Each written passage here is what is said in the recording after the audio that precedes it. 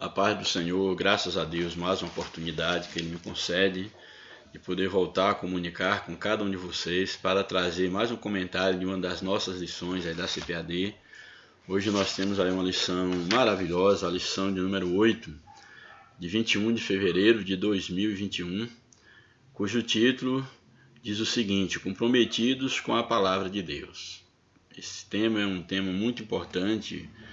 O tema dessa lição aí, cujo título nos remete à observância da palavra de Deus, e quando o título da lição nos apresenta comprometidos com a palavra de Deus, isso traz um peso de responsabilidade muito grande para cada um de nós, que nós somos cristãos, uma vez que a nossa vida ela é dirigida pela palavra de Deus, uma vez que a palavra de Deus é o nosso único manual de fé e prática. E é necessário que nós tenhamos o cuidado de estarmos comprometidos com aquilo que pregamos. Então, esse título da lição, comprometidos com a palavra de Deus, nos traz a responsabilidade quanto à necessidade que nós temos de observar a palavra de Deus, de colocar em prática aquilo que nós defendemos, aquilo que nós pregamos. Louvado seja o nome do Senhor. Aí o textuário no livro de Lucas 11:28 diz o seguinte: Bem-aventurados que ouvem a palavra de Deus e a aguardam. É muito importante esse texto, porque aqui o escritor nos chama a atenção da bem-aventurança daquele que não apenas lê a palavra, ou apenas ouve a palavra, mas o texto ele deixa bem claro aqui nessa afirmativa, quando ele traz a responsabilidade, ele mostra ao mesmo tempo que são bem-sucedidos, que são bem-aventurados, tanto aqueles que ouvem quanto aqueles que guardam a palavra de Deus. Aí o evangelista Lucas, nesse capítulo, ele nos traz aí uma informação, nos traz uma proposição que ela deve ser levada em consideração, que uma vez que ele está afirmando aí no seu evangelho aí no capítulo 11, o verso de número 28, e isso é muito interessante para a nossa reflexão. Ele mostra exatamente aqui, mostrando diante daquele contexto do ministério de Jesus, quanto da rejeição de Jesus pela nação. Ele vai exatamente de mostrar para, no caso, os seus seguidores, bem-aventurado, verso 27, bem-aventurado, aí no verso 26 e diante, porque aqui o texto ele é bem interessante, a leitura do texto. Então leva consigo outros 7 espíritos, ele falando de alguém que foi liberto, no caso, mas que voltou a dar lugar, no caso, ao espírito imundo. Diz que esse espírito sai, traz, achando a casa limpa, sem ninguém morando, leva outros consigo, e o último estado desse homem se torna pior do que o primeiro. E ele diz, e aconteceu o que? Ao dizer Jesus essas palavras, Lucas relatando aquilo que Jesus havia dito, uma mulher que estava entre a multidão exclamou-lhe dizendo, bem-aventurada, falando da mãe de Jesus, bem-aventurada aquela que te concedeu e os seios que amamentaram. Essa mulher chama Jesus de bem-aventurada, ele, porém, vai responder a palavra de Jesus. Antes, bem-aventurados são os que ouvem a palavra de Deus e guardam. Então, nós temos aqui que são palavras de Jesus que Lucas registra aqui, mostrando que é bem-aventurado aquele que para ouvir a palavra de Deus, mas que diante da palavra, ao escutar a palavra, que essa palavra também ela possa entrar no seu coração e que ele possa guardar. O salmista diz, guardei a tua palavra no meu coração para não pecar contra ti. É pela observância da palavra de Deus, é guardando a palavra de Deus no seu coração. E a ideia aqui de guardar é a ideia de amar, é a ideia de tomar posse da palavra. Jesus chama essas pessoas, tanto as que ouvem como também guardam, chama elas de bem-aventurados. Bem-aventurados que ouvem a palavra de Deus e as guardam. Não basta só ouvir, mas é necessário guardar. Ao Jesus afirmar isso, ele mostra qual o lugar da palavra de Deus no coração do crente. A palavra de Deus como é o meio pelo qual o crente vai ter uma vida diante de Deus. Ele vai ter direção para a sua vida. Daí a necessidade, aí o título da lição, comprometidos com a palavra de Deus. Então, bem-aventurado aquele que ouve e bem-aventurado aquele que guarda a palavra de Deus. E aí a verdade prática nos apresenta. A autoridade divina da Bíblia deriva de sua origem em Deus. Ou seja, a Bíblia ela tem autoridade divina porque ela se originou no próprio Deus.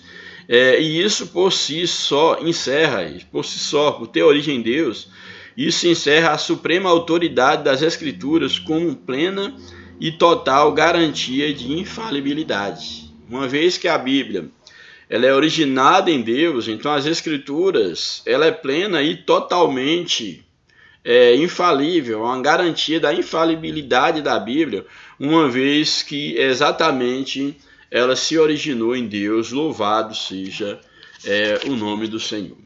E aí a leitura bíblica em classe, muito importante essa leitura, aqui o comentarista aqui ele insere aqui o capítulo 2 de 2 Timóteo, ele trabalha a partir dos versos 14 até o verso de número 19, ele nos apresenta aqui do 14 ao 19, eu quero estar lendo aqui a partir do verso 1 de 2 Timóteo, aqui para ter uma contextualização maior, apesar de que a lição apresenta a partir do verso 14 até o verso de número 19, esse primeiro texto de leitura.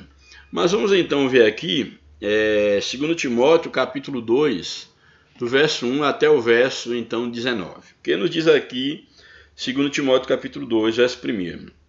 Aqui Paulo, ele escrevendo ao seu filho na fé Timóteo, ele está dando um conselho a esse jovem pastor, a esse jovem obreiro. E ele diz o seguinte: tu, pois, meu filho, fortifica-te na graça que há em Cristo Jesus. O primeiro conselho de Paulo é que Timóteo ele possa fortificar-se na graça que há em Cristo Jesus, ou seja, no poder do Espírito, exatamente para exercer o seu ministério. Aí o verso 2, e o que de minha parte ouviste, o que os ensinamentos que ele ouviu, Timóteo tinha ouvido da parte de Paulo, e o que da minha parte ouviste, através de muitas testemunhas, isso mesmo, transmite a homens fiéis, e também idôneos para instruir a outros. Ou seja, você ouviu da minha parte, aprendeu de mim, foi discipulado por mim, que você também faça isso com outros. Que assim como tu, apesar da tua idade, tu adquiriste maturidade espiritual, que tu também venha levar outros a adquirir idoneidade, maturidade espiritual.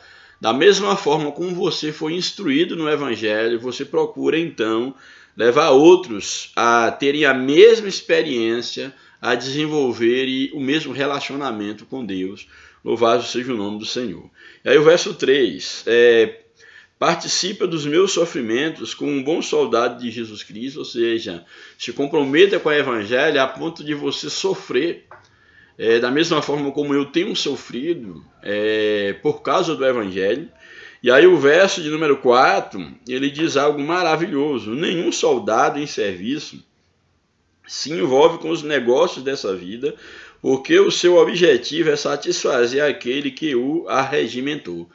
Ou seja, Paulo diz a Timóteo que uma vez que ele está comprometido com o exército de Cristo, na obra de Cristo, uma vez que ele é um soldado de Cristo, é assim como um soldado que se alista no exército, ele não pode estar envolvido com outros negócios a não ser a questão que diz respeito ao exército, à preparação e às batalhas que ele tem, no caso de enfrentar em prol da sua pátria e da sua nação.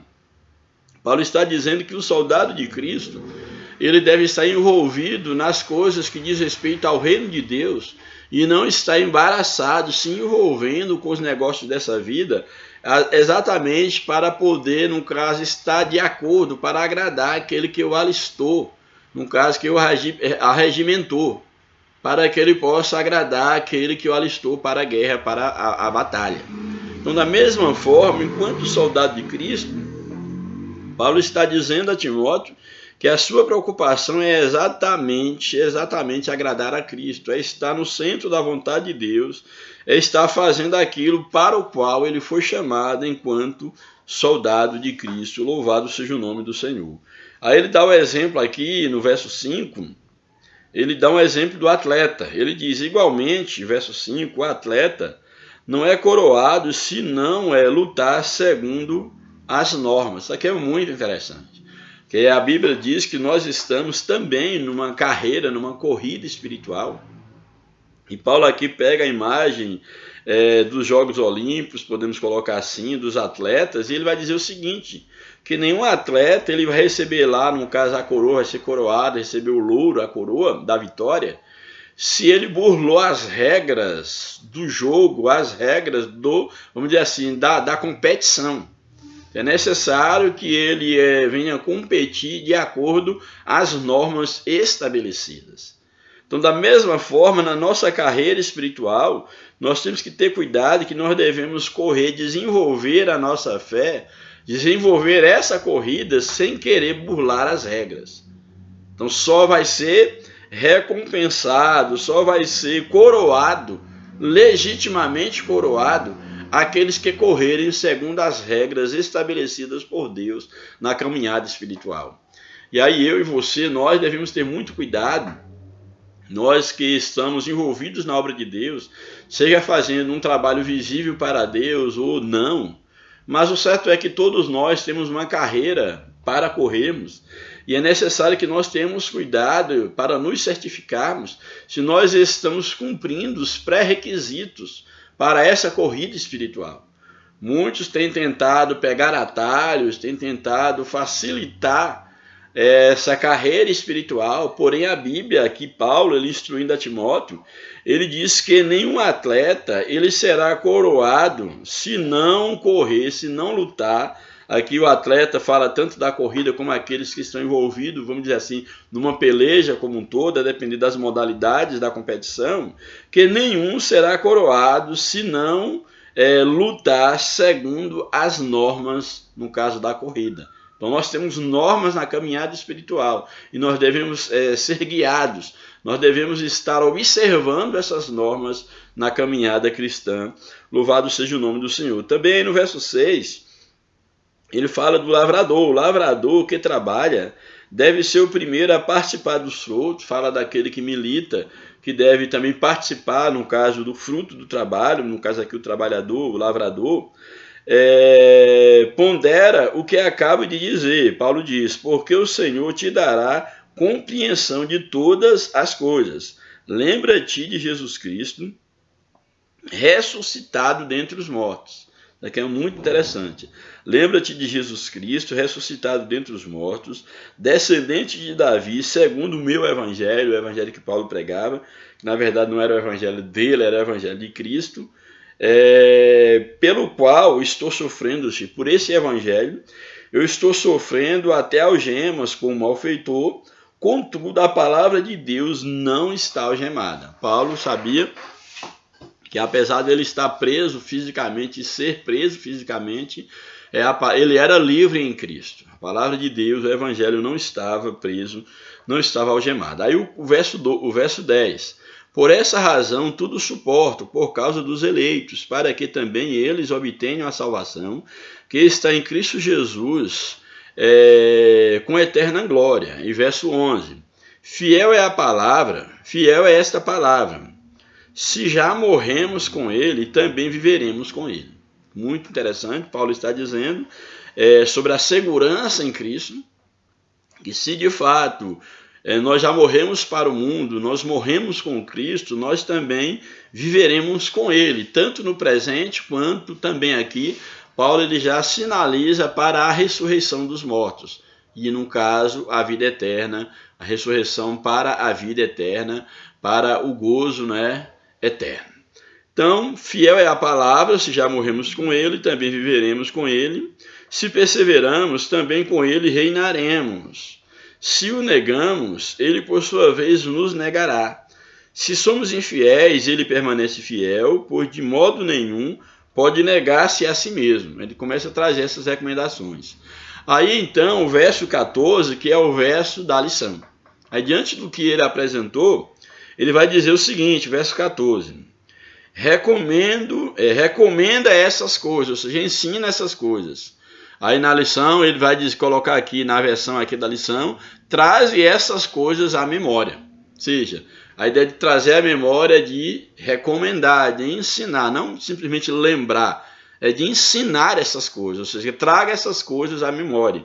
Aqui nessa versão ele vai dizer, recomenda essas coisas, dá testemunho solene a todos perante Deus, ou seja, testemunha dessas coisas a todos perante Deus. Dá testemunho solene a todos perante Deus, para que evitem o quê? Contendas de palavras que para nada aproveitam, exceto para a subversão dos ouvintes. Então ele vai dizer, trazer essa informação, traz a memória e traz a memória essas coisas, ordena diante do Senhor, que procure, no caso, que não tenham contendas de palavras, aqui na versão da lição, palavras que para nada aproveitam, senão para a perversão dos ouvintes.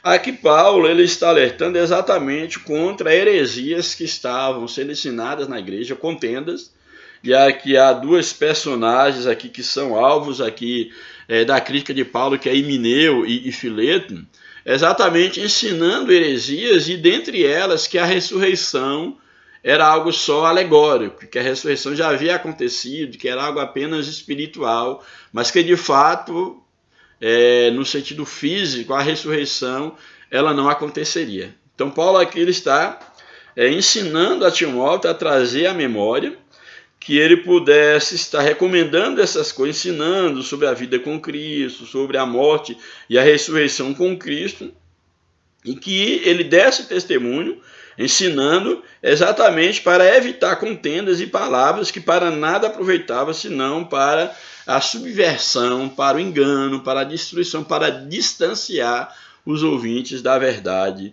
Era isso que ele estava ensinando. E ele vai, então, no verso 15, ele traz um texto muito conhecido, quando ele diz, olha, procura apresentar-te a Deus aprovado. Procura apresentar-te a Deus aprovado, como obreiro que não tem de que se envergonhar, que maneja bem a palavra da verdade. Olha, nós temos aqui uma infinidade de informações. A primeira aqui, Paulo está dirigindo para Timóteo, aqui o obreiro, e aqui é uma palavra para os obreiros, para você que é líder, você que é pastor, como também para o obreiro, vamos dizer assim, comum, para o crente, os cristãos como um todo, para aquele que serve a Deus. Então o que o texto está dizendo é o seguinte, olha, procura apresentar-te a Deus aprovado. No primeiro momento aqui, Paulo ele traz aqui a memória de Timóteo, a nossa memória, a necessidade que nós temos e o dever que nós temos de apresentar-nos a Deus. Todos nós temos que nos apresentar a Deus.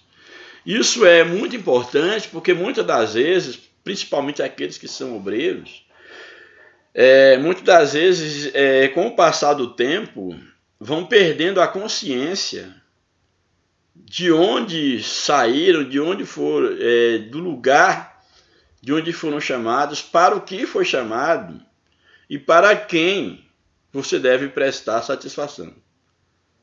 É necessário que todos nós tenhamos cuidado, nós venhamos colocar em prática que a obra de Deus, já está dizendo, a obra é de Deus, não é nossa, que nós não podemos, não devemos fazer da maneira como nós achamos que devemos fazer e agir como se nós não tivéssemos que dar satisfação para ninguém. Não, mas eu sou o pastor, sou o líder, eu que mando e aqui ninguém pode estar dando opinião porque eu faço do meu jeito. Não.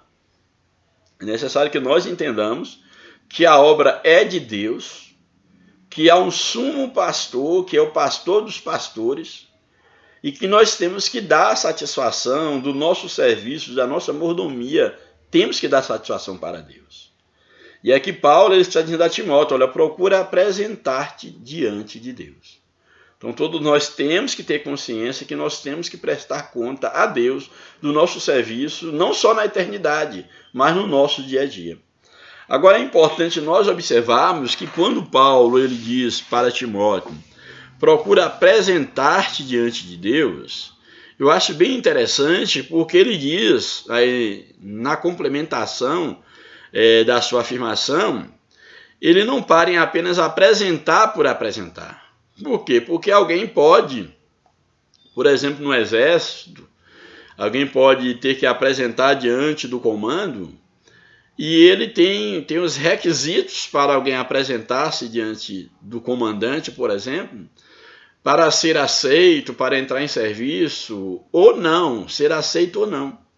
Então, como ele já mostrou aqui a figura do soldado que tem que preparar, no caso, para estar inserido no exército, ele fala do atleta e que tem que lutar segundo as regras, ele está mostrando exatamente que para se apresentar diante de Deus é necessário que nós tenhamos o cuidado da forma como nós nos apresentamos diante do Senhor. Não basta querer apresentar-se a Deus. É necessário que nós estejamos à altura daquilo que Deus exige, para que nós, ao sermos apresentados, sejamos aceitos por Ele. Então, o que Paulo diz? Procura apresentar-te a Deus aprovado. Qual a ideia aqui de apresentar aprovado? Isso mostra, em primeiro lugar, que alguém pode apresentar-se diante de Deus e ser reprovado. E o que implicaria alguém apresentar diante de Deus e ser reprovado? Exatamente não estar em conformidade com aquilo que é estabelecido pelo exército, pelo comandante do exército, que é o próprio Deus. Então, apresentar aprovado, é estar em conformidade com aquilo que Deus estabeleceu para o seu exército. É estar em conformidade com aquilo que a palavra de Deus ela exige daqueles que se dizem servos de Deus, que se dizem participantes do exército de Deus. Entende? Então é muito importante nós levarmos em consideração essa expressão de Paulo aí no versículo 15, quando ele diz, procura apresentar-te a Deus aprovado. E aí quais as credenciais de um obreiro aprovado? Ele vai dizer, como um obreiro, aqui a metáfora do obreiro também é significativa, que o obreiro aqui fala de um trabalhador braçal, que ele trabalhava durante o dia e no final do dia ele ia prestar, no caso, apresentar, no caso, diante do seu senhor, do patrão, para receber a paga pelo salário daquele dia, uma vez que cada dia pagava-se o salário do obreiro. E era necessário que ele cumprisse com aquilo com o qual foi acordado com o patrão, para que ele pudesse de fato receber o seu salário. E aí Paulo está dizendo, olha, procura apresentar-te a Deus aprovado, como um obreiro que não tem de que se envergonhar, ou seja, um obreiro que fez tudo aquilo que deveria ter feito, tudo aquilo que foi acordado com o Senhor. Mas é interessante porque ao mesmo tempo que ele invoca aqui a figura, a metáfora do obreiro, também implicitamente está aqui a metáfora aqui do soldado, que tem a ideia do apresentar-se, que isso diz diretamente a questão de um soldado, e o obreiro aqui no caso ele tem um serviço, e o soldado tem um serviço para prestar para o exército, para o comandante, vamos dizer assim. Ele vai dizer, olha, como obreiro que não tem que se envergonhar, ou seja, que está de acordo com as regras estabelecidas e que maneja bem a palavra da verdade. Então aqui a ideia de manejar bem a palavra, ao manejo aqui de uma ferramenta, tanto a ferramenta do trabalhador, do obreiro trabalhador, quanto a ferramenta do soldado, que seria, por exemplo, uma espada, e uma vez que a própria Bíblia fala sobre a palavra como a espada, no caso, fazendo parte da armadura, essa palavra como uma espada. E o texto está dizendo que o obreiro aprovado, aquele que vai ser aprovado diante do Senhor, o obreiro aprovado, é aquele que não tem de que se envergonhar, ou seja, que não tem nada que denuncie a sua conduta, enquanto um obreiro, enquanto um soldado, nada denuncia a sua conduta, e que também, além de um caráter ilibado, de ser uma pessoa irrepreensível, uma outra característica é que sabe manejar bem a palavra. Só que eu acho muito importante a ideia aqui do manejar bem a palavra da verdade, porque em se tratando da obra de Deus, em se tratando da pregação do Evangelho, que é o que Paulo está instruindo a Timóteo para manejar bem a palavra, ou seja, pregar o Evangelho, a fim de poder fazer frente às heresias, àqueles que estavam desviando o povo de Deus. E eu acho muito importante quando ele diz aqui que o obreiro é aprovado, ele tem um caráter irrepreensível, ou seja, ele não tem de que se envergonhar, e ele maneja bem a palavra da verdade. Se nós formos observar, você entregar uma arma na mão de alguém que não tem conhecimento da arma, alguém que não sabe manusear uma arma, ele pode causar um mal, inclusive a si próprio, ou errar o alvo. Por quê? Porque ele não tem conhecimento da arma que ele está usando. Imagine entregar uma espada na mão de alguém que ele nunca utilizou uma espada. Um revólver na mão de alguém que nunca utilizou, que não conhece nada de arma. Perigo. Melhor até ficar desarmado. Mas em se tratando da palavra de Deus, em se tratando do Evangelho, nós sabemos que cada um de nós cristãos, e aí os obreiros mais especificamente, que tem essa responsabilidade de linha de frente, nós devemos ter muito cuidado com a utilização da arma que nós temos em mão, que é exatamente a palavra de Deus. Muitos, infelizmente, estão utilizando dessa arma, dessa palavra, de maneira errada, não sabem manusear a palavra de Deus e a têm utilizado ou utilizada exatamente para poder satisfazer as suas vontades, as suas conveniências. Eles querem se defender um ponto de vista, quer se defender um capricho, quer se defender algo, uma posição que ele quer assumir, uma decisão que ele quer tomar, palavras que ele quer dizer, seja para no púlpito, para estar, quem sabe, atingir alguém. Às vezes não tem coragem de chamar a pessoa para conversar, usa do púlpito para isso e outros mecanismos. E aí tem se utilizado da palavra de Deus de todas as formas, menos segundo aquilo para o qual Deus a destinou. Então aqui o apóstolo Paulo ele está chamando Timóteo a atenção que o obreiro aprovado é aquele que, além de não ter do que se envergonhar, ele maneja bem a palavra da verdade. E é interessante também observarmos que o próprio manejo, o bom manejo da palavra de Deus, exatamente não nos deixa numa situação de vergonha. Quantas das vezes o mau uso da palavra, a má interpretação da palavra, tem colocado aí obreiros, pregadores, pastores em situação difícil. Porque às vezes ele faz um mau uso, uma má interpretação da palavra e aplica dentro de um contexto e ela acaba depois sendo envergonhado por não saber utilizar. Como tirar um texto fora do seu contexto para usar em determinada situação, e aí isso é um pretexto para ensinamentos errados. E aqui Paulo está exatamente orientando a Timóteo quanto a isso, que ele tenha o cuidado de apresentar-se diante de Deus aprovado, como obreiro que não tem de que se envergonhar e que maneja bem a palavra da verdade, louvado seja o nome do Senhor. E aí o verso 16 ele vai dizer: evite igualmente os falatórios inúteis e profanos, pois os que deles usam passarão a impiedade ainda maior. Ou seja, aqueles que usam desses falatórios, alguém falou e aí reproduz a fala de que alguém falou sem um fundamento bíblico. Paulo está dizendo que esses que usam desse mecanismo, eles vão se envolvendo cada vez mais na impiedade.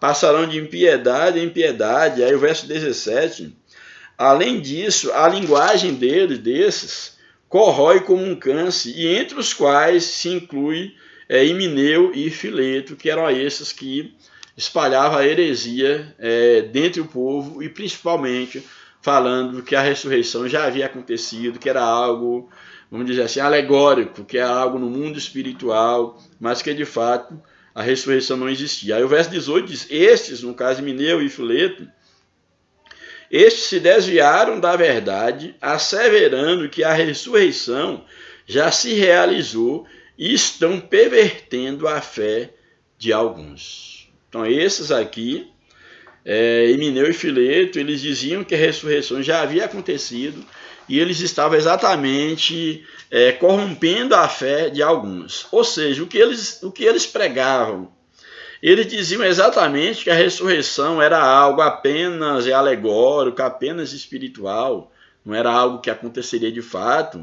E aí, com base nisso, vendo, no caso, a ressurreição como algo alegórico, como algo espiritual, eles faziam um link dizendo que a ressurreição era uma referência, no caso, ao conhecimento da verdade, que quando a verdade chegava e as pessoas eram ressuscitados, no caso, morriam para o mundo e ressuscitavam espiritualmente falando, mas isso não se daria físico, e o símbolo dessa ressurreição, segundo eles, ou essa ressurreição era simbólica, que acontecia exatamente no batismo, que ali quando no batismo, que era o símbolo de morrer para o mundo e viver para Cristo, esse símbolo do batismo que seria a ressurreição, mas que a ressurreição de fato, ela não aconteceria, ou seja, aqueles que morressem não ressuscitariam. Então eles estavam exatamente com esse ensinamento, e aí, como o apóstolo Paulo diz, com isso eles estavam pervertendo alguns,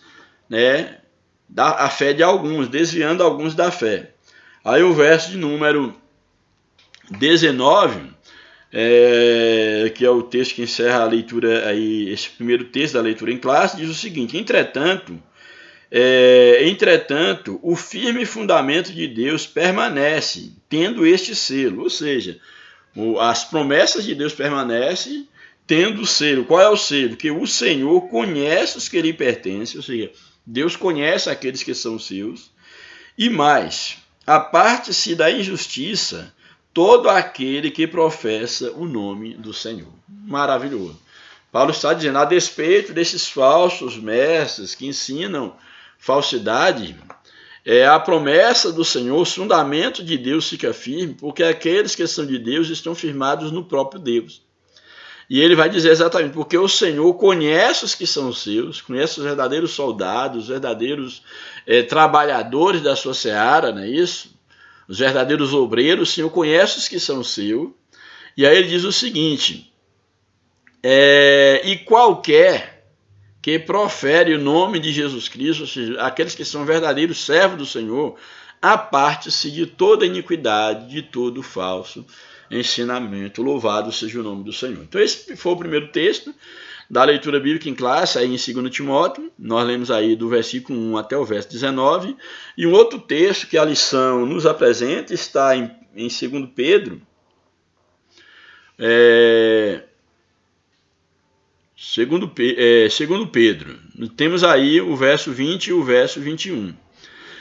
Sabendo primeiramente isto, que nenhuma profecia da Escritura é de particular interpretação. Aqui, Pedro ensinando, mostrando que, olha, aqui tenhamos consciência, estejamos conscientes sobre isso, que nenhuma profecia da Escritura, que a Escritura ele está falando, é claro, das Escrituras que falava sobre Cristo, das Escrituras do Antigo Testamento, que é a Bíblia que eles tinham até então, ele vai dizer, e é claro, isso não se refere, não se limita apenas ao Antigo Testamento, mas também às Escrituras posteriores, no caso, o Novo Testamento, e ele vai dizer, sabendo primeiramente isto, que nenhuma profecia da Escritura é de particular interpretação, ou seja, que ninguém deve, nem a profecia foi gerada do homem, como também a sua interpretação não é uma interpretação particular. Então ninguém deve, não, eu vou interpretar desse jeito porque eu acho que é assim. Não, eu vou escrever isso, o escritor, vou escrever isso porque eu acho que tem que ser assim, não.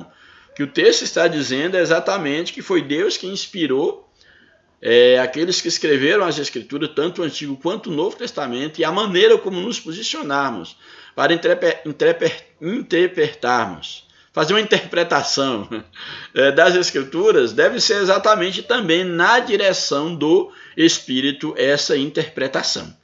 E aí o verso 21 diz o seguinte, porque a profecia nunca foi produzida por vontade de homem algum.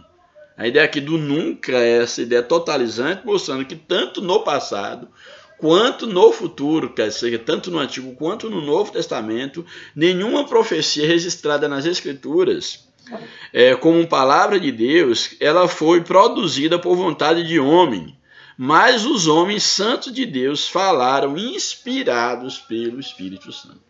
Mostrando aqui que as Escrituras, que a profecia, a palavra de Deus, foi exatamente a inspiração de Deus, não é isso? Deus inspirando homens que falaram segundo a direção divina. Isso tudo, o comentarista aqui, ele coloca exatamente para mostrarmos como nós devemos nos comportar comprometidos com a palavra de Deus. Louvado seja o nome do Senhor. Vamos então aí para o comentário da lição.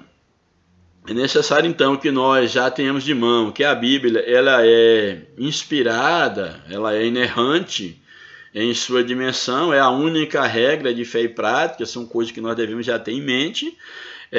Também nós temos que ter em mente que toda experiência espiritual que nós tivermos, toda experiência espiritual, ela não pode contrariar a palavra de Deus. Ah, não, eu tive uma visão, uma revelação, e aí eu vou colocar isso para a igreja seguir. Não. Toda revelação, toda visão, ela tem que estar submissa à palavra de Deus. Ela não pode contrariar, vamos dizer assim, a profecia maior que é a palavra de Deus. Louvado seja o nome de Jesus. Portanto, a Bíblia é uma referência para avaliar toda e qualquer experiência extra-bíblica. Louvado seja Deus. A introdução da lição nos apresenta: nós somos apegados à palavra e buscamos a orientação do Espírito Santo para nos ajudar na interpretação das Escrituras. É o Espírito Santo quem abre o nosso entendimento.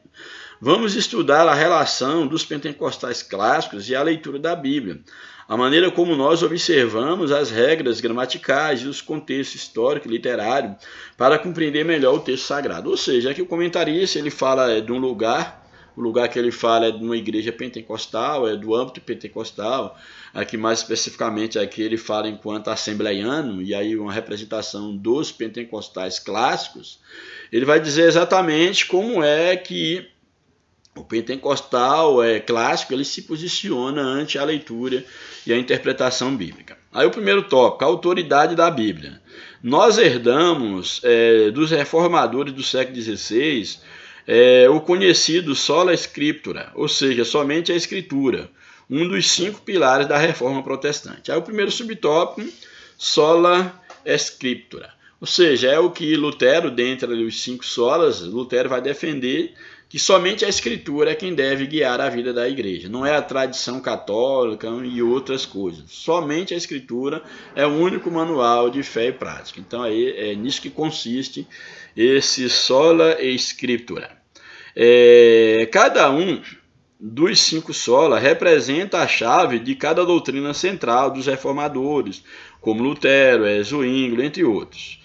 O brado de sola scriptura significa que a Bíblia é a única regra de fé e prática para a vida cristã, e é por meio dela que podemos conhecer a Deus e entender a sua vontade. Então, a Bíblia é o único livro autorizado, podemos dizer assim, é o único manual de fé e prática da vida cristã para conhecer a Deus, para poder andar, no caso aí, desenvolver a vida cristã. Os católicos romanos, além da Bíblia, tem a Bíblia, mas tem a tradição, no caso, a tradição católica, que também é colocada, vamos dizer assim, ao lado da Bíblia, como uma forma, ou até mesmo para interpretar a Bíblia.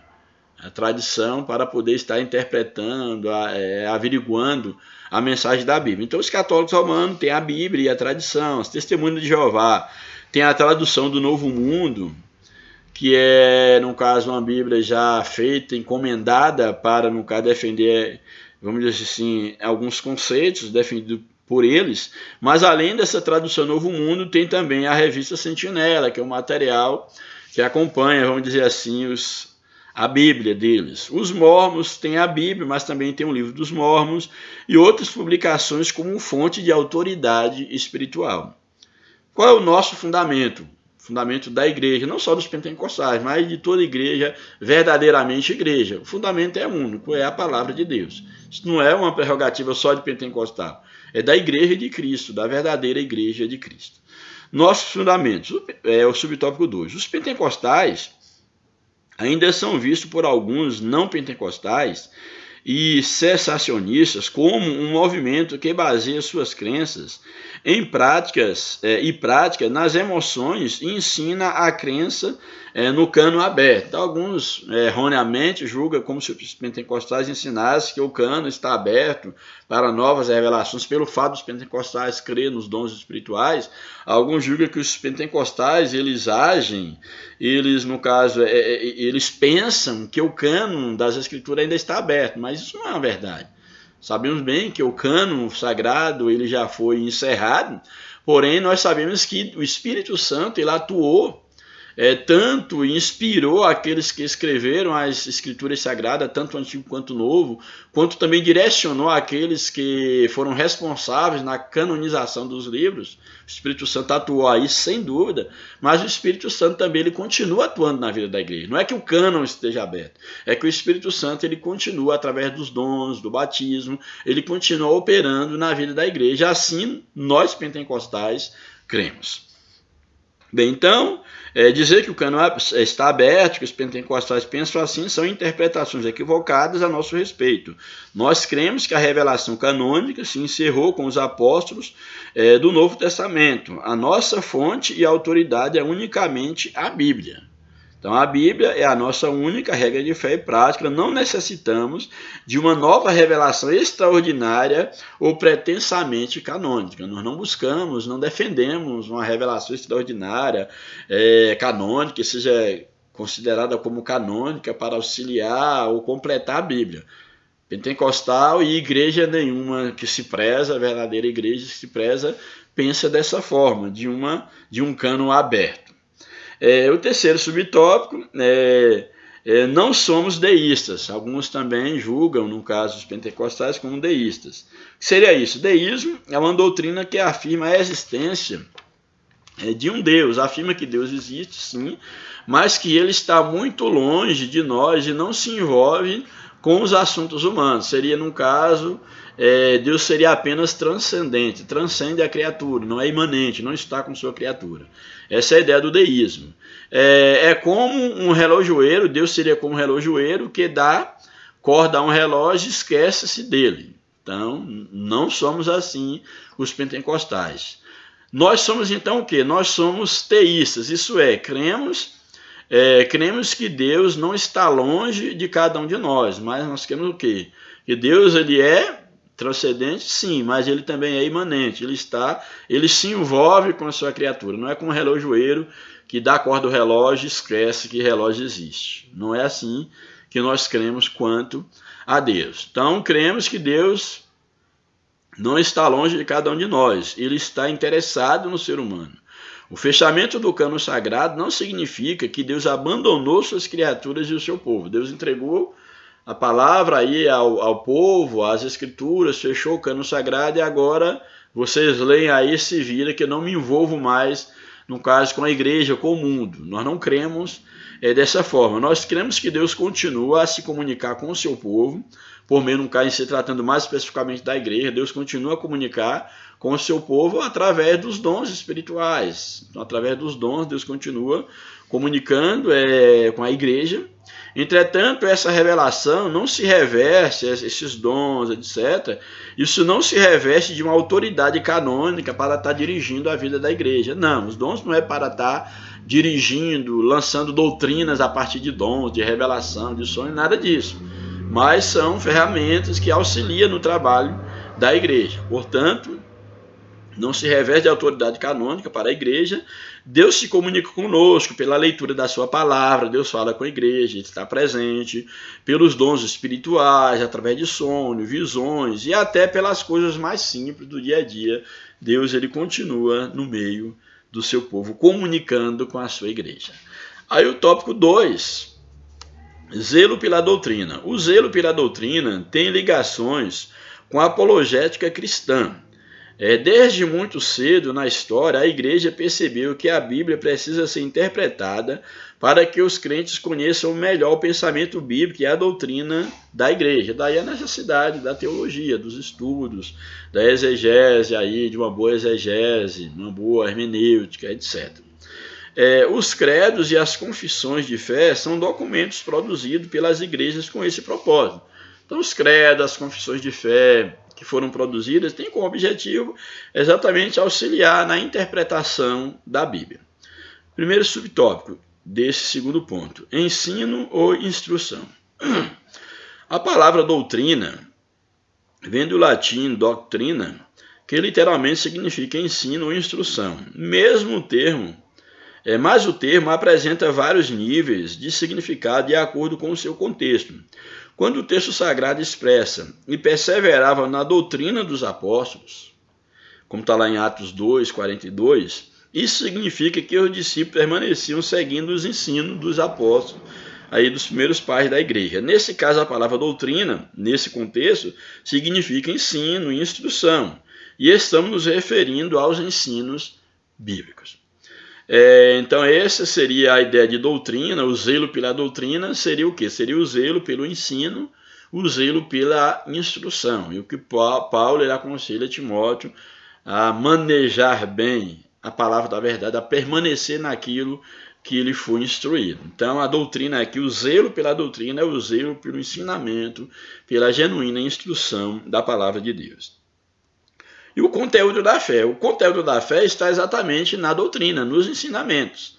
Então, o ensino, a instrução é que vai demonstrar qual é o conteúdo da nossa fé. Subtópico 2, conteúdo da fé. A palavra doutrina se aplica também a um corpo básico e coerente de ensino cristão, como os credos. Trata-se de um ensino sistemático sobre os dados da revelação. A fonte do conteúdo doutrinário é a própria palavra de Deus. Qual é a fonte? Qual é o conteúdo da nossa fé, da nossa doutrina? É a Bíblia. Esse é o conteúdo da fé. Portanto, o conteúdo da fé é a palavra de Deus. Quando o apóstolo Paulo diz, traz essas coisas à memória, ou ensina essas coisas, ele aconselha Timóteo lá no verso 14, ele está se referindo à sã doutrina, contrapondo o que é os falatórios profanos, aos falsos ensinamentos lá dos hereges. Os credos e as confissões de fé são dois tipos distintos de documentos eclesiásticos, mas com o mesmo propósito, que é o que? Interpretar as escrituras para sintetizar o ensino da igreja. Os credos, eles são mais genéricos e as confissões de fé são mais elaboradas, são mais específicas, tem pontos mais específicos. Bem, terceiro tópico aqui fala sobre a nossa confissão de fé, aqui é a confissão pentecostal e assembleiana, diz o seguinte: a nossa confissão de fé não é de autoridade particular, pois expressa o pensamento e a vida da igreja. Este documento é submetido às escrituras e está em conformidade com elas. A declaração de fé ocupa extraordinária importância na vida da igreja como sumário da doutrina da Bíblia e a ajuda para a sua compreensão, além de servir como proteção contra as falsas doutrinas. Aqui é interessante que a confissão de fé de uma igreja, exatamente, ela é firmada a partir de uma interpretação das escrituras. Ela não está acima da Bíblia, mas ela ajuda exatamente a ter um norte e evitar, vamos dizer assim, as falsas doutrinas na igreja. Essa é a ideia de uma confissão de fé. Entretanto, a palavra final é a Bíblia. A declaração de fé expressa na doutrina oficial da igreja. Então, na própria confissão de fé, é observada que a doutrina, vamos dizer assim, que o conteúdo da fé é as escrituras. Então, a declaração de fé expressa na doutrina oficial da igreja é a própria escritura. Há no Novo Testamento embriões de credos e confissões de fé que foram desenvolvidos ao longo da igreja, que é interessante, por exemplo, aí Mateus capítulo de número 16, verso 16, diz o seguinte, Mateus 16. Respondeu Simão Pedro, tu és o Cristo, o Filho de Deus vivo. Isso aqui é uma confissão de fé. Quando Jesus pergunta aos discípulos sobre quem ele era, a sua identidade, o que as pessoas diziam sobre ele, e aí Pedro vai por último e responde, tu és o Cristo, o Filho do Deus vivo. Isso que é uma confissão de fé, que inclusive faz parte da confissão de fé, no caso de todas as igrejas verdadeiramente cristãs. É que Jesus Cristo é o Filho de Deus, do Deus vivo. Isso é o quê? Uma confissão de fé. E aí o último tópico da lição é cuidado quanto aos modismos. O nosso cuidado com a doutrina deve ir além do combate aos modismos e servir para defender a nossa fé das seitas e heresias, refutar os erros que se opõem aos ensinos bíblicos e persuadir os contradizentes para que eles se convertam ao Evangelho. Devemos fazer o melhor para Deus. Aí vem aqui o conceito de modismo, o primeiro subtópico, que é um modismo.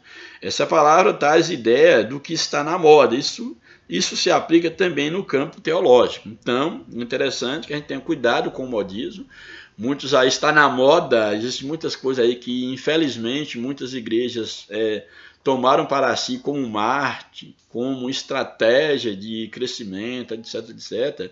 E aí existe muita coisa que está na moda e nem tudo aquilo, vamos dizer, que dá certo para um objetivo é correto. Então aqui devemos ter muito cuidado com a ideia do modismo, daquilo que está na moda. São os ventos de doutrina que vão e vêm, que vêm e se vão. Então, o modismo, em termos teológicos, é um vento de doutrina. Aquela febre naquele momento, aí todo mundo está envolvido naquela visão e logo desaparece. Então, isso mostra que, de fato, não tem sustentação bíblica.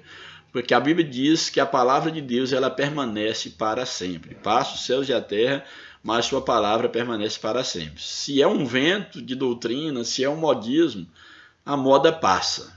E às vezes até volta, mas torna a passar. Então a igreja não pode viver de modismo. Ela tem que estar sustentada na palavra de Deus. Uma igreja que está vivendo de modismo é bem complicada a sua existência. Ela tem a sua existência comprometida, a sua permanência. Porque a sua liderança, aqueles que propagam tais modismos, tem que estar sempre reinventando a roda. Coisa para atrair, atraiam aqui essa semana, quando aquilo ali já perdeu a graça, tem que inventar outra coisa, aí vai indo. E geralmente isso leva a afastar das escrituras. Geralmente, o modismo, na verdade, ele não tem base bíblica. E uma igreja que ela está sendo direcionada, mesmo tendo lá a palavra de Deus como um pretexto para ajudar ali na condução, mas que ela está de modismo a modismo, cada vez mais ela vai se afastando das escrituras e deixa de ser uma igreja genuinamente cristã, genuinamente bíblica. Então se deve ter muito cuidado, quem sabe você que é dado a modismo na sua igreja.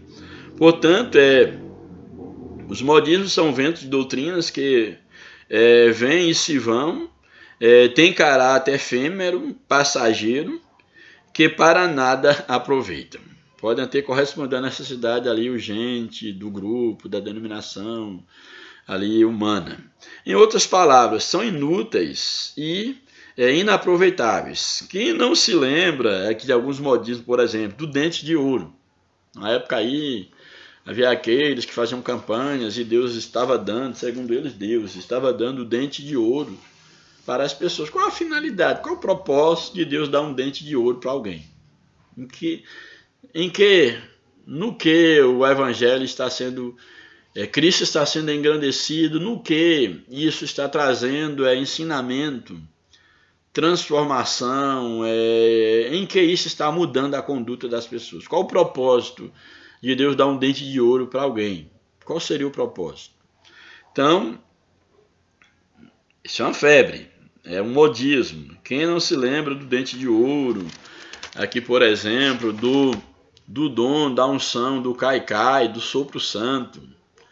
Aí no caso aí do G12, a febre dos anjos e de outras aberrações doutrinárias.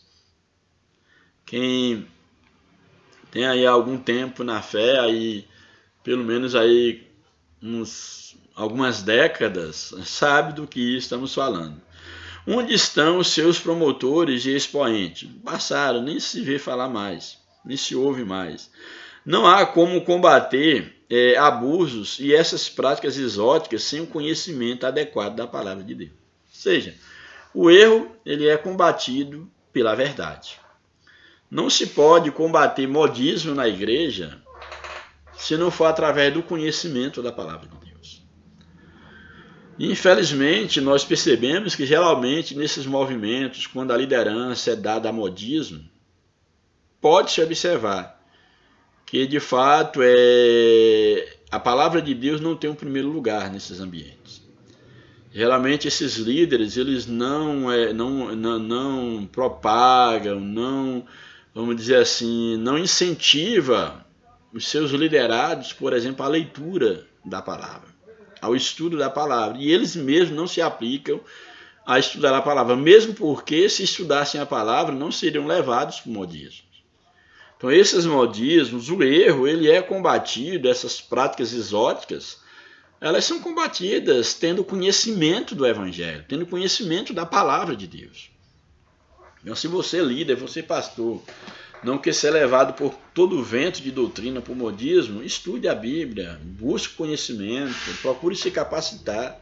E você que é crente, que não quer ser enganado, levado por todo o vento de doutrina, estude a Bíblia. Hoje nós temos aí a condição de poder entrar no seminário, comprar uma Bíblia aí de estudo, estudar, pesquisar. Hoje nós temos essa condição. Então só é enganado aqueles que de fato não procuram cercar-se do conhecimento da palavra de Deus. Subtópico 2, procura apresentar-te a Deus aprovado, que é o conselho de Paulo a Timóteo. Essa qualificação vem do Espírito de Deus, ou seja, quem torna o crente aprovado não é ele mesmo. E também não é um mero conhecimento pelo conhecimento. Não vou adquirir conhecimento teológico, e aí eu vou fazer um curso, que aí eu vou ser aprovado por Deus, vou ser o homem de Deus. Não necessariamente. Todo conhecimento, tudo aquilo que nós buscarmos, deve estar submetido ao Espírito de Deus, deve estar sendo guiado por Deus. A submissão, a obediência a Deus, que é melhor do que sacrificar. Então, todo o nosso conhecimento deve estar submetido a Deus. Então, a ideia de procurar apresentar-te aprovado é que essa qualificação de aprovado é o próprio Deus, ela vem do próprio Espírito de Deus. Apresentar-se a Deus aprovado significa estar disponível. Você está disponível para Deus, para o Espírito de Deus, é estar disponível, é ser testado e aprovado por Deus e também reconhecido pela igreja. Porque não há como esconder a tua luz. A igreja tem que ver, aqueles que nos cercam, o mundo, tem que de fato também perceber a aprovação de Deus na nossa vida. Louvado seja o nome do Senhor. Desde muito cedo na história do cristianismo que a igreja precisou enfrentar uma avalanche de heresias e aberrações doutrinárias ensinadas pelos falsos mestres. Os maus obreiros e os obreiros fraudulentos serão desmascarados e reprovados. Porém, à luz de quê? À luz do conhecimento da palavra de Deus, à luz da aprovação que nós tivermos da parte do próprio Deus. O terceiro subtópico. O segundo, procura apresentar-te a Deus aprovado. Aí o outro fragmento do versículo está no subtópico 3, como obreiro que não tem de que se envergonhar. O termo obreiro, tanto em grego quanto em português, vem de obra, ou seja, de trabalho, e tem um significado amplo no Novo Testamento. No sentido literal, refere-se ao trabalhador do campo. No sentido metafórico, refere-se a todos os que se dedicam à obra de Deus. É um obreiro, no sentido geral. A ideia de obreiro aqui exatamente fala de uma obra, fala de um trabalho, assim, de um modo geral, podemos aplicar assim. E de maneira geral, fala também dos apóstolos, dos demais oficiais da igreja. Aí fala, a nossa declaração de fé afirma, o termo obreiro é genérico e usamos praticamente para todos os cargos e funções da igreja. Todos aqueles que estão envolvidos na obra de Deus são obreiros. E, portanto, enquanto obreiros, ele tem que agir, como Paulo diz, como um obreiro que não tem de que se envergonhar. Por que não tem de se envergonhar? Aí o último subtópico desse terceiro tópico, que maneja bem a palavra da verdade. O verbo grego para manejar bem ortotomel, literalmente é cortar reto. A ideia de manejar bem é cortar reto, não é como alguém que vai usar uma faca. Quem não sabe manejar bem uma faca, vai descascar uma laranja, alguma coisa, aí entorta tudo, corta o dedo, etc. E a ideia, no caso de manejar bem, é cortar reto, fazer um corte reto que mostra perícia, mostra alguém que sabe usar a ferramenta. Então, essa é a ideia aqui. Então, o termo manejar ortotomel, literalmente quer dizer cortar reto, cuja ideia é cortar em linha reta. É a ideia de manter o curso correto, manter a retidão. Essa é a ideia de manejar bem, de ser reto. É uma palavra rara, aparece uma só vez no Novo Testamento e 2 vezes na Septuaginta. O emprego paulino dessa palavra é metafórico e muitas interpretações já foram apresentadas ao longo dos séculos. A preocupação de Paulo é com o ensino correto, que é a ideia de manter reto, cortar reto, que é a ideia de manejar. Então essa é a preocupação de Paulo, é com o ensino reto, correto da palavra de Deus, com base o quê? Numa exegese sólida, com aplicação para a edificação espiritual da igreja. Isso implica também não fazer uso da palavra de Deus no púlpito para atacar algum desafeto entre os irmãos por meio de indiretas. Púlpito não é lugar de desabafo. Isso aqui é muito interessante, porque infelizmente há obreiros aí neófitos na fé, que às vezes quer falar alguma coisa contra um desafeto seu, ou quem sabe não gostou de algo que um membro fez, e aí não tem coragem de procurar o membro, aí usa do púlpito para poder atingir alguém. Isso infelizmente acontecia no passado e continua acontecendo no presente. Quantas das vezes pastores, líderes, eles usam do púlpito para poder exatamente atacar as pessoas, para poder, em nome de uma santidade, de um zelo sem entendimento, está ofendendo as pessoas, está maltratando, está, vamos dizer assim, espalhando, jogando alguém para fora do rebanho. Eu estou falando mal de uma outra liderança, ou de um irmão, ou alguém que porventura tenha cometido algum erro, algum pecado, e aí ele não, ao invés de procurar ajudar, de poder ajudar, não é passar, vamos dizer assim, não é fazer vista grossa, que deve-se aplicar o remédio necessário, mas sempre com a finalidade de restaurar e não de matar. Mas muitos, infelizmente, usam do púlpito a fim de poder expor as pessoas ou matar as pessoas espiritualmente. Tudo isso em nome de uma santidade, em nome de ser ele um homem de Deus, mais homem de Deus do que as outras pessoas. Então deve ter muito cuidado, que a ideia do manejar bem a palavra é exatamente saber usar a palavra, e a palavra ela é sempre para a exortação. E a ideia de exortar é a ideia de levantar, de corrigir, é a ideia de fazer com que a caminhada ela não seja interrompida. Então isso faz parte da vida cristã, faz parte do comprometimento com a palavra de Deus, que é a ideia do manejar bem a palavra de Deus. Louvado seja o nome do Senhor. E aí, a conclusão nos apresenta: nós temos compromisso com a palavra de Deus e cremos que ela é a única revelação de Deus escrita para a humanidade, é a única revelação escrita.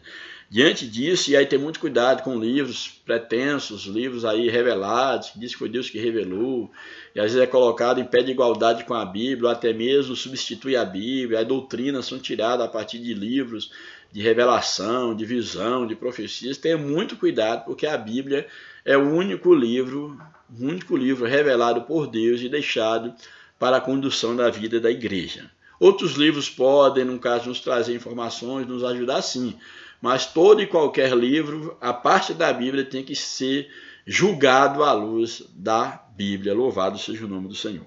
Portanto, diante disso, fica claro que nenhuma outra literatura exerce autoridade sobre a nossa vida, a não ser a palavra de Deus. Então, que Deus nos ajude, que Deus nos abençoe, que nós possamos estar aí comprometidos com a palavra de Deus, não só no discurso, mas através das nossas práticas. Um grande abraço.